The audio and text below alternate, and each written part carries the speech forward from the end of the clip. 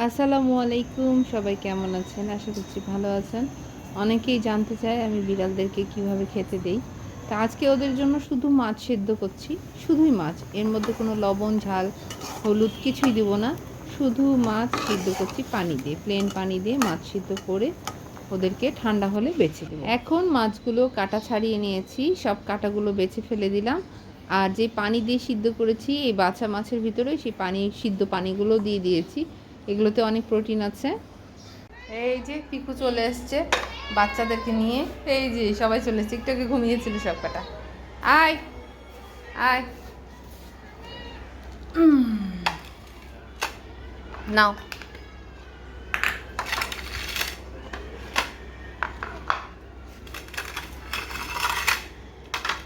নাও। আর একটা কই, আর একটা কই। এই যে চলে এসছে বাবা। এই যে খাও, তুমি এটাতে খাও।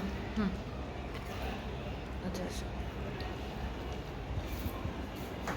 আজকে বাবুরা মাছ খাচ্ছে, কালকেও খাইছে, আজকেও খাচ্ছে। আর ওর মা তো আগে ক্যাট ফুড ছাড়া কিছুই খেত না, কিন্তু বাবুদের দেখে কিন্তু শিখেছে। তার এটা একটা জিনিস খুবই ভালো।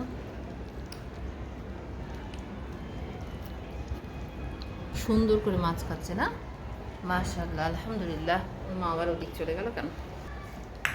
নে খা, ওই অতটুকুই।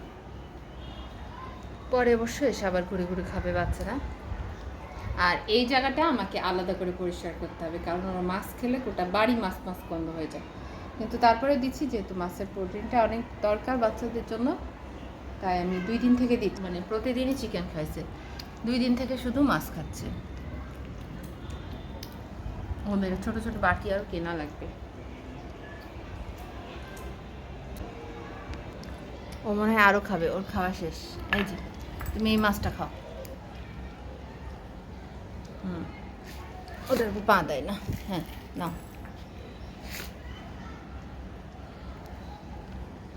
মাছের কিন্তু কাটা বেছে দিয়েছি।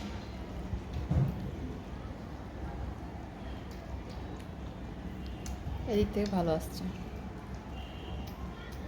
দেখো, ছোট ছোট বাবুদের কাছে মাছ খাওয়া শিখতে হবে। ওদেরকে ভাত দিইনি, হ্যাঁ, যে মাছ ভাত বলবো, ভাত দিইনি, শুধু মাছ দিয়েছি। ভাত খেলে হয় কি ওদের পটিটা একটু চিটকা চিটকা হয়ে যায়, এই জন্য দেই না। আর ছোট যেহেতু পটি করে গোটা বাড়ি, তখন যদি মানে পরিষ্কার না করতে পারে গোটা বাড়ি মাখিয়ে দেয়, খুব ঝামেলা হয়। এই জন্য ভাত দিইনি, শুধু মাছ দিয়েছি। শুধু চিকেন দিয়েছিলাম পরশুদিন, কালকে মাছ দিয়েছি, আজকেও মাছ দিলাম। সবজি দেওয়া হয়নি আজকে।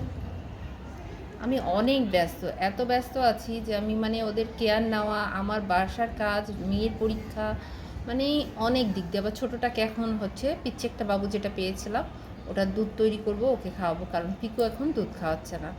পিকু এখন অনেক হয়ে গেছে, আসলে বাচ্চারা অনেক বড় হয়ে গেছে, তো হয়তো আবার কষ্ট হচ্ছে, এই জন্য দুধ দিতে চাচ্ছে না। তো ওটাকে আমার 3 বেলা দুধ হচ্ছে, 3-4 বেলা খাওয়াচ্ছি, নিজে তৈরি করে খাওয়াতে হচ্ছে। তো এতগুলো কাজ আসলে আমার উপর একটু বেশি হয়ে গেছে, তারপরেও আলহামদুলিল্লাহ করতে পারছি। তাই যে পিচ্চিদের জন্য একটু দোয়া করে দেবেন সবাই, ভালো থাকবেন।